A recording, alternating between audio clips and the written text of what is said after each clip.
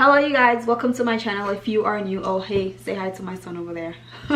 We are all, stuck in our home these couple of days, months, or however long it's gonna be. But welcome to my channel. If you are new, my name is Miriam. I cover DIY videos, home decor videos, and lifestyle videos. Mom, go slow.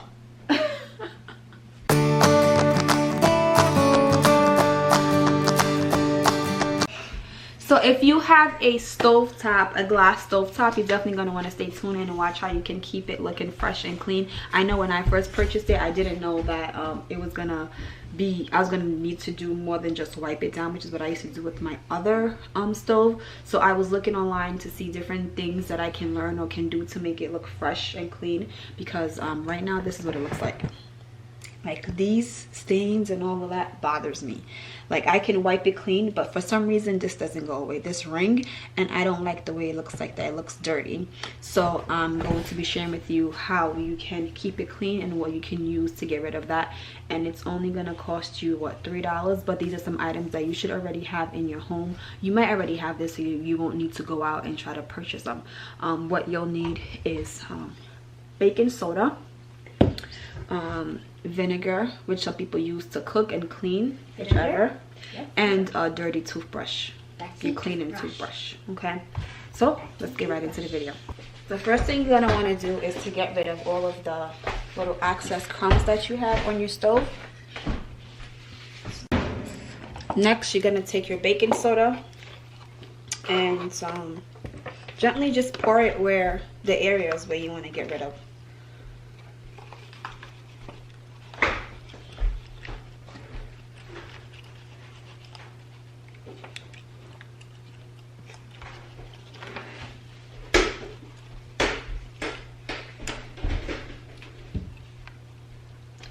So I don't have too much in these areas, so I'm not really gonna put a lot over there.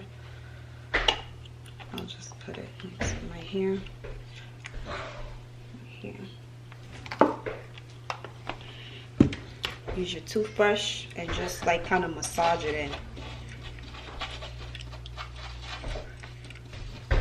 While I have you guys here, so with this coronavirus going on, there's people like trying to scam people.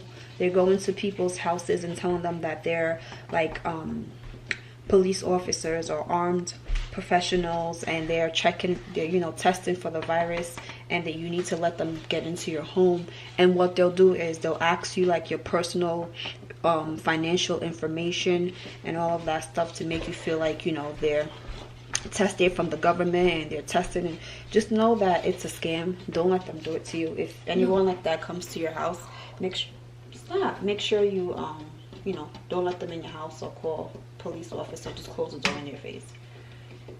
Or if you have mace them. All right, so next, add your vinegar. You're going to pour your vinegar around your stove, especially in the areas where you have a lot of grease, and you'll see the vinegar is bubbling up on the stove. Just make sure you pour a generous amount all over the stove. And then use your toothbrush and just scrub that in. Scrub it in as hard as you can to get as much of the grease off as possible. And if you need to add more vinegar, then you can do just so, and continue scrub it until all the grease is off. Next, pour a little bit more vinegar and then add the tissue or napkin over the stove, and just let that sit for at least 10 to 15 minutes. Let it clean itself out before you come back to do anything. Okay, now if your stove is not as greasy as mine, when you go back in, all you have to do is wipe it off with a cloth and it'll be as good as new. But my stove was extremely greasy, so I had to, after removing the paper towel, I had to scrub it in there and get more of the grease off of my stove.